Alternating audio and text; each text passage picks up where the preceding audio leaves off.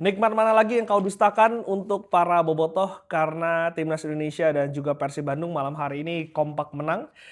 Timnas Indonesia menang dengan skor 3-0 melawan Timor Leste, sementara Persib Bandung cukup menang 1-0 melawan Timeless Rovers dan juga mempertegas dominasinya di grup A dan memastikan lolos ke babak semifinal. Selama 3 pertandingan di grup A, Persib Bandung mencetak total 3 gol dan mencetak 3 kali clean sheet. Tadi Balsa Sekulic, striker baru dari Persib Bandung, langsung menunjukkan tajinya, menunjukkan kualitasnya. Ini striker yang the real striker. Dia bisa melakukan tendangan jarak jauh yang sangat berkualitas, yang sangat luar biasa dan juga menghujam gawang dari Tampines Rovers. Di mana memang pada pertandingan kali ini Igor Tolik meskipun memainkan sejumlah pemain muda tapi memadukannya dengan para pemain senior karena sebetulnya pertandingan ini sudah tidak menentukan setelah Persib sudah dipastikan lolos ke babak semifinal di pertandingan sebelumnya ketika menang melawan DPMM. Fitra Maulana kembali diturunkan. Ini kiper muda yang sekali lagi menunjukkan kualitasnya, memiliki mentalitas dan juga tadi melakukan sejumlah save yang begitu signifikan untuk Persib Bandung, terutama di babak kedua ketika ada shoot dari luar kotak penalti dari Tampines Rovers berhasil ditip dan juga membuat dirinya sudah mencetak 2 clean sheet di Piala Presiden 2026.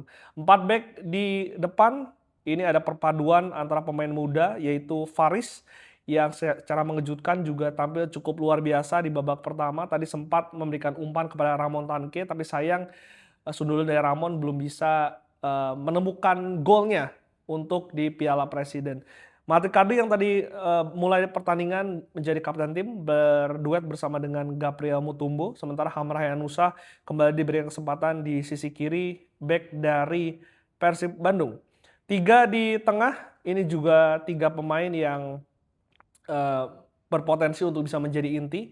Ada Luciano Guacoque yang diistirahatkan melawan DPMM kembali masuk starting 11 berduet bersama dengan Notsuda yang mendapatkan starting 11 pertamanya menopang seorang Burginho yang tadi sayangnya harus ditarik dan juga diganti Adam Alis sempat ditandu dan semoga kondisi Burginho cederanya tidak parah dan bisa fit untuk bisa menghadapi kualifikasi dari ACL2 dan juga menjelang pembukaan dari Sublik musim 2026-2027. 3 di depan ada Ramon Tanque yang bermain di situ dan juga ada Ulian Baros yang bermain bersama dengan satu pemain muda juga Raffi yang tadi tidak hanya diberikan kesempatan 45 menit tapi lebih, dan ini juga salah satu pemain muda yang baru 17 tahun dipromosikan ke Persib Bandung Senior dan tadi bisa memberikan sejumlah influence kepada tim meskipun ini pemain baru yang bermain bersama dengan para seniornya. Total ada 7 peluang yang gua catat terjadi di babak pertama. Pertama ada satu yang tadi gue katakan ada satu umpan visi dari Notsuda kepada Faris di sisi kanan memberikan crossing yang cukup baik sebetulnya kepada Ramon di tiang kedua, tapi sayang sundulan Ramon belum bisa membuat Persib Bandung unggul di babak pertama. Begitupun tadi ada 1, 2 ataupun ada one two yang dilakukan, ada 3 pemain yang involved. Mulai dari Faris, ada satu one touch dari Baros yang memberikan umpan terupas kepada Notsuda yang tiba-tiba muncul. Tapi sayang sudah one on one, tendangan Notsuda masih bisa di-save oleh kiper dari Tampines Rovers. Begitupun tadi ada one two antara Baros dan juga Ramon Tanque yang persis skemanya seperti yang Notsuda dapatkan. Tapi sayang Ramon Tanque juga belum bisa memaksimalkannya untuk bisa menjadi gol. Selain itu juga Ramon memiliki satu peluang soloran dari tengah lapangan. Tendangannya juga masih off target. Lucho juga memiliki satu peluang tendangan yang masih juga off target. Jadi memang dominasi Persib begitu luar biasa sepanjang pertandingan. Sepanjang 90 menit mereka menguasai bola dan gue sangat happy di 3 pertandingan ini lini depan dari Persib sangat cair meskipun bermain dengan para pemain baru dan juga Igor Tolik sempat melakukan modifikasi beberapa pemain tapi serangannya bisa membuahkan peluang at least meskipun memang hanya bisa mencetak 3 gol selama 3 pertandingan di Piala Presiden. Begitupun dengan Notsuda yang diberikan kesempatan cukup lama dalam pertandingan kali ini. Ini tadi Notsuda bermain sebagai nomor punggung 6 karena memang selama ini mungkin peran itu dijalankan oleh Klopp dengan usia Klok yang sudah juga senior secara fisik mungkin bukan Klok lagi yang 5 tahun lalu sehingga membutuh backup di 4 kompetisi dan Notsuda tadi bisa menjalankan peran itu sebagai jembatan dari lini pertahanan menuju ke lini depan. Bahkan tadi ada sejumlah umpan-umpan yang visioner yang diberikan oleh Notsuda, bahkan tadi dia juga sempat membantu serangan sampai ke kotak penalti. Bahkan tadi gue katakan pernah sempat dapat satu peluang one on one dengan kiper, tapi sayang belum bisa menjadi gol. Begitupun dengan Rafli yang sangat percaya diri. Ini salah satu juga pemain yang mungkin saja the next Febri Haryadi dan juga Beckham Putra yang juga sama-sama dilahirkan dari Piala Presiden.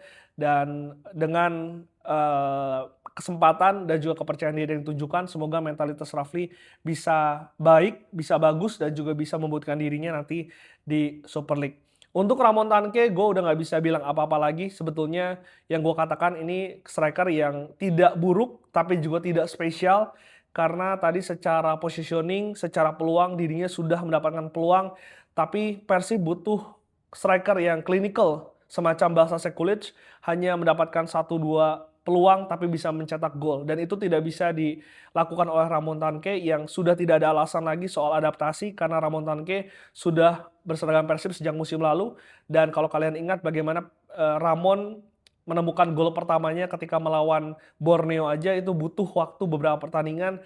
Jadi menurut gua Ramon harus dievaluasi jika ingin masih bertahan di Persib, di skuad Persib dan menjadi opsi untuk Igor Tolik. 10 minutes over sebetulnya bukan tanpa perlawanan dibandingkan dengan DPMM. Mereka punya sejumlah peluang. Tadi ada satu shoot off target di babak pertama, lalu ada 2 crossing yang di babak pertama juga, satu menyasar yang kedua, dan satu lagi yang kedua ada sundulan tapi masih belum bisa menyamakan kedudukan ataupun unggul dari Persib di babak pertama. Dan ada satu peluang emas di babak kedua yang juga dilakukan oleh Tampines Rovers, tapi sayangnya ini belum bisa menyamakan kedudukan sehingga Persib Bandung menang dengan skor 1-0. Begitupun dengan timnas Indonesia yang akhirnya menang juga di pertandingan keduanya setelah kemarin menang 5-1 atas Kamboja, kali ini 3-0 menang atas dari Timor Leste. Perannya tetap dari pemain Persib Bandung yaitu Tom Hai yang mencetak 1 gol dan juga 1 assist. Ini ada 1 gol tendangan bebas yang sangat berkelas ke pojok kiri gawang dari Timor Leste yang membuat tadi timnas Indonesia bermain lebih percaya diri meskipun memang kemenangannya diraih dengan susah payah. Timor Leste sebetulnya sudah bermain dengan 10 pemain di menit ke-20, tapi gol baru tercipta di menit ke-74 melalui Sean Patinama, dilanjutkan oleh Tom Hai di menit ke-78 dan juga Mitchell Baker di menit ke-81. Artinya dari 7 menit ada 3 gol yang berhasil dicetak oleh timnas Indonesia. Lalu pertanyaannya kenapa hal itu bisa terjadi? Kalau menurut gue memang ada eksperimen yang tidak berhasil dari seorang John Herdman. Karena kalau kalian lihat bagaimana pemain pelapis yang diturunkan di starting 11-nya ini tidak sebanding secara quality dengan pemain inti dari timnas Indonesia. Tapi memang diwajarkan ketika John Herdman menurunkan pemain pelapisnya di pertandingan melawan Timor Leste. Pertama, ini baru pertandingan kedua. Pertandingan yang melawan tim yang lebih rendah kualitasnya dibandingkan dengan timnas Indonesia, dan memang dibutuhkan penyegaran karena kita ingat bagaimana padatnya jadwal dari timnas jika nantinya lolos bahkan sampai ke final. Artinya perlu ada rotasi di dalam tim, tapi sayangnya rotasi tersebut tidak berjalan dengan baik.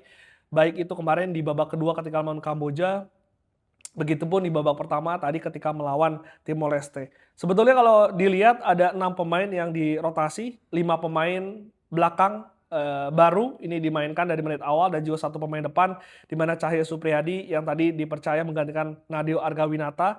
3 back di depannya ada Brian Fatari, Jody Amat dan juga Wahyu Prastio. Sementara back kanan dan juga back kirinya ada Eliano Reinders dan juga Tim Havens.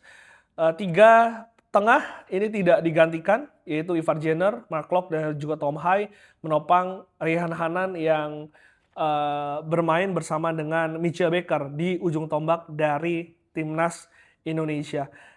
Kalau tadi kalian lihat bagaimana permainan dari timnas Indonesia di babak pertama, tampak terlihat tidak ada chemistry antar pemain.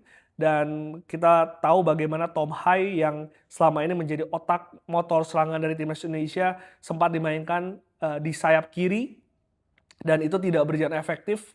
Even ketika tim Havens banyak mendapatkan momentum, tapi tampak tidak ada kerjasama antara kedua pemain dan tadi Tom Hai sangat kesulitan untuk bisa mengalirkan bola ke Mitchell Baker yang mati kutu sepanjang babak pertama.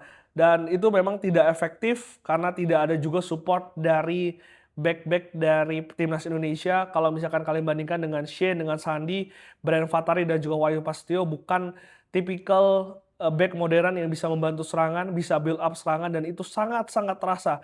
Bahkan ketika Brian Fatari yang sudah mencoba untuk bisa melakukan overlap tidak efektif karena memang secara pemain ini bukan pemain yang bisa melakukan penyerangan. Meskipun demikian memang sebetulnya timnas Indonesia memiliki 4 peluang di babak pertama.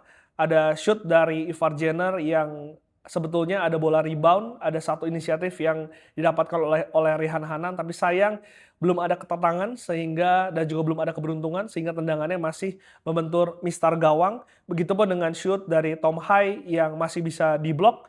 Dan tadi ada satu akselerasi dari tim Havens yang tadi memaksakan menendang memakai kaki kiri sehingga kehilangan momentum bisa ditahan oleh kiper dari Timor Leste. Dapat ditebak di babak kedua akhirnya sejumlah pergantian dilakukan oleh John Herman.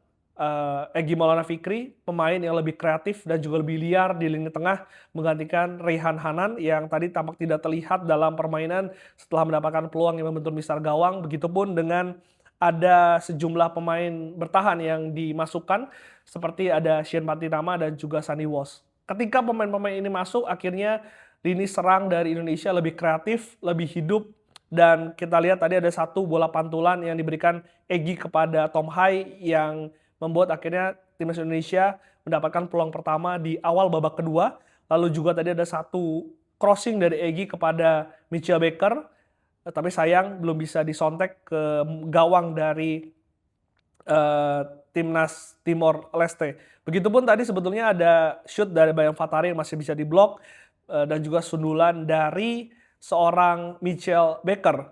Sampai dengan akhirnya tadi ketika tadi gua katakan Ragnar Oratmangun dimasukkan, Donitri dimasukkan, ditambah Shane dan juga Sandi, ini membuat akhirnya serangan lebih efektif dan juga lebih berimbang, serangan dari kanan dan juga dari kiri.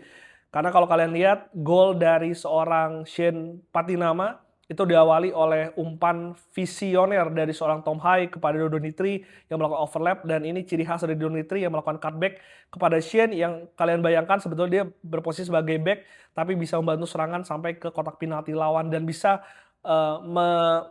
memanfaatkan peluang itu untuk bisa menjadi gol. Begitupun dengan tendangan bebas Tom Hai, no debat, itu adalah kualitas dari Tom Hai. Shootnya sangat luar biasa ke pojok kiri atas dari gawang Timor Leste yang membuat akhirnya timnas Indonesia begitu percaya diri sebelum terakhir gol yang juga dilakukan oleh Mitchell Baker berawal dari umpan dari Donitri kali ini kepada Ragnar di sisi kiri dan Ragnar memberikan umpan crossing sejajar yang bisa dimanfaatkan oleh Mitchell Baker untuk bisa membuat timnas Indonesia menang dengan skor 3-0.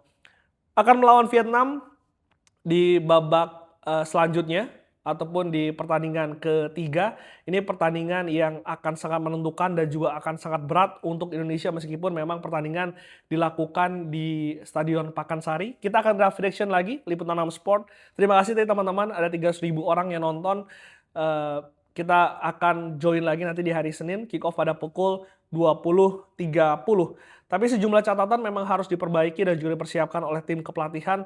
Yang pertama adalah kreativitas serangan jika pemain-pemain inti dari timnas Indonesia ini tidak perform, harus ada pemain-pemain lain yang bisa secara quality ini mendeliver hal yang sama. Dan itu tidak terjadi dalam 2 pertandingan kemarin ketika starting 11 diubah, akhirnya ada sejumlah penurunan dari permainan timnas Indonesia dan itu terbukti lagi tadi ketika melawan Timor Leste. Begitupun dengan seorang Tom Hai yang gue sangat khawatir ketika kita sangat bergantung kepada Tom Hai. Tom Hai-nya amit-amit cedera atau Tom Hai-nya berhasil dimatikan secara taktik, tidak ada kreativitas lagi, tidak ada backup plan dari seorang John Herman dan juga pemain-pemain lainnya. Karena kita ingat juga Tom Hai ini sudah berusia 30 tahun lebih, secara fisik sudah tidak akan seprima pemain umur 20, sehingga ini juga harus menjadi perhatian ketika melawan Vietnam yang malam hari ini bermain melawan Singapura. Tadi kalau gue lihat masih 0-0, nanti kita akan lihat bagaimana standing dari grup A setelah hasil Vietnam melawan Singapura. Gue harapkan yang terbaik untuk timnas Indonesia, begitupun dengan Persib yang sudah lolos ke semifinal. Nanti di semifinal Persib akan bertemu antara Persebaya, Port FC atau Persija, karena ini masih akan ditentukan pada pertandingan besok. Persebaya yang sudah dipastikan lolos akan menjamu PSMS Makassar, PSMS Medan, sementara Persija dan juga Port FC akan berhadapan, dan pertandingan tersebut akan menjadi laga hidup dan mati untuk kedua tim. Apakah juara bertahan Port FC yang lolos atau justru Persija yang akan lolos dan juga berpotensi bertemu Persib di babak semifinal Piala Presiden 2026. Yang penting Persib menang dan juga timnas menang. Jadi happy weekend untuk semua bobotoh dan juga para pecinta sepak bola untuk timnas, dan selamat berakhir pekan.